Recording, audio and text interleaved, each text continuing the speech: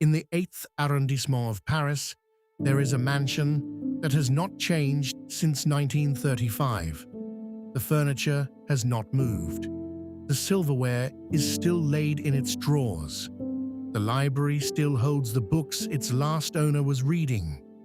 By the terms of the will that created it, nothing inside this house is allowed to change, ever, for as long as France exists to enforce it. It is called the Musee Nissim de Camondo, and it is not really a museum of furniture. It is a grave with the lights left on.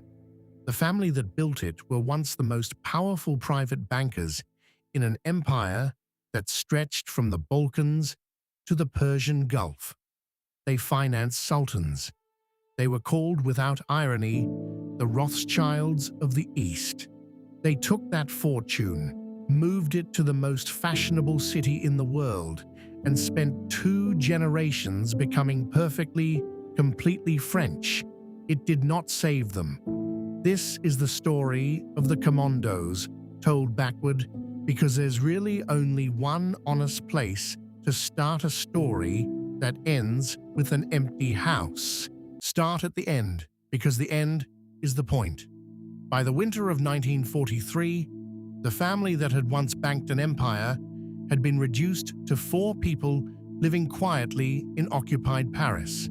Léon Renac, a composer, and his 2 children, Fanny and Bertrand, in their early 20s, and Léon's ex-wife, a woman named Richest de Camondo, the last surviving member of the family that gave the mansion its name. Beatrice had done everything her class and her country had taught her would keep a family safe. She had converted to Catholicism years earlier. She held French citizenship going back generations, a title, a name that appeared on the boards of Parisian museums. She believed by every signal her world had ever given her that she belonged, and that belonging was a kind of armor. On the 20th of November 1943, French police took Léon, Fanny, and Bertrand from their home in Paris to the internment camp at Drancy, on the northern edge of the city. From there, they were put on a train, Convoy 62, bound for a camp in occupied Poland called Auschwitz. All 3 were murdered on arrival or shortly after. Beatrice was arrested separately and held at Drancy through the winter. Her connections, her name, her conversion, none of it moved anyone with the power to stop what was coming. On the 4th of March 1944, she was placed on Convoy 69 to Auschwitz. She did not come back. With her, the Camondo line ended. It wasn't a bad investment, a market crash, or a rival family's betrayal that finished them. A state decided that none of what she had built, spent, or become mattered next to the fact of who her grandfather had been. To understand how far that fall really was, you have to go back, not decades, a century. Rewind 26 years to 1917. This is the man who built the house that would one day stand empty in his family's memory.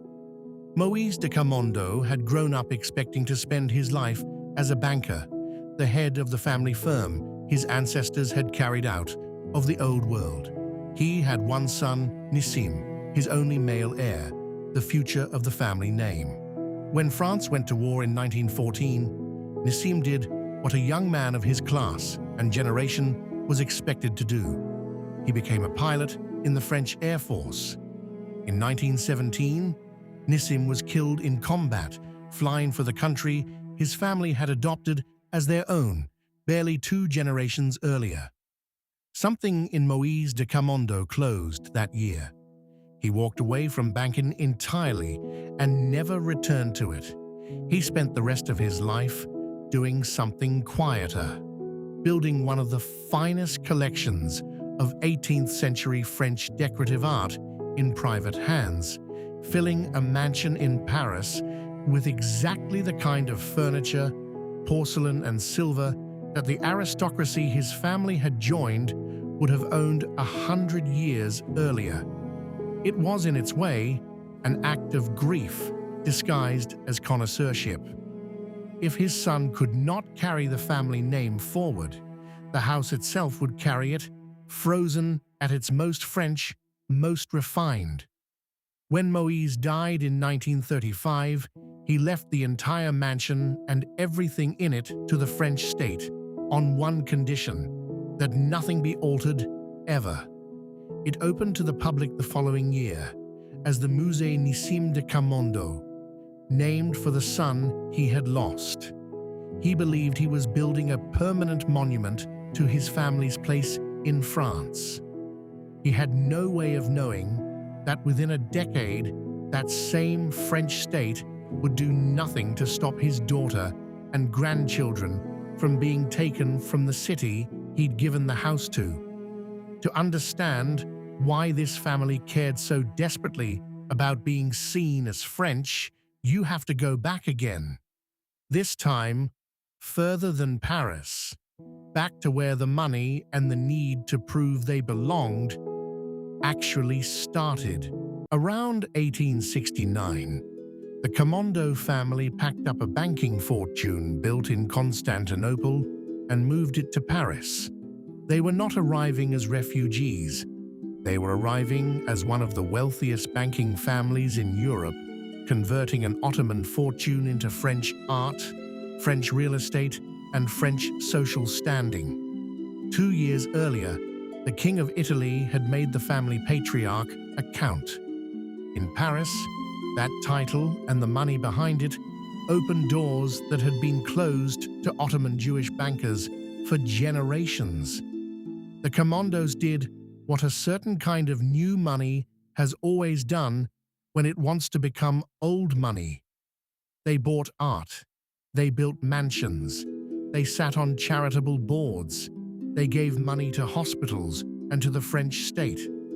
They stopped in every visible way, looking like a family that had come from somewhere else. This was not naivety. It was a strategy, and by any reasonable measure of the world they lived in, it worked. The Camondos were received in the highest circles of the Belle Époque. Their names sat alongside the oldest fortunes in France. For 2 full generations, being spectacularly, thoroughly French seemed to be exactly the kind of safety that money was supposed to buy. None of their generation could have predicted that the one thing being French couldn't erase. What the Camondos had once been in Constantinople was exactly what would be turned against their grandchildren. So who were they before all of this? Who were the Camondos before Paris, before the Count's title, before the mansion? That's the deepest layer of the story, and it's where the money and the drive to become untouchable actually came from. Go back to Constantinople, to a steep hillside district across the water from the Sultan's palace, called Galata. This was the financial engine room of the Ottoman Empire, a warren of banking houses run largely by Greek, Armenian, and Jewish families the empire depended on and never fully trusted. Among the most powerful of them, by the middle of the 19th century, was the House of Camondo.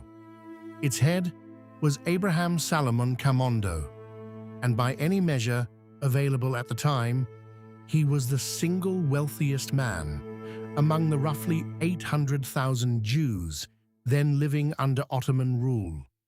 He served as banker to the Ottoman government itself, before the empire even had a national bank of its own, and he held real personal influence over 2 sultans, Abdulmajid I and Abdulaziz, and over the ministers who ran their government day to day. Historians would later give the family the nickname that stuck, the Rothschilds of the East. Camondo used that position the way powerful bankers usually do. He built infrastructure. He founded a school for the empire's poorest Jewish families in 1858. in one of the most crowded and neglected districts of the capital, and led the empire's Central Jewish Community Council for years. And in 1867, the King of Italy made him a count. It was a European aristocratic title, and it would matter enormously to his descendants a few years later, in Paris. The Camondo Bank had helped run the empire's finances for decades, but the world of the Galata bankers that had made the family's fortune did not last. In 1875, less than a decade after the family's rise to European nobility, the Ottoman government defaulted on more than £200 million of debt, a collapse that reshaped the financial system the Camondos and families like them had built their fortunes inside of.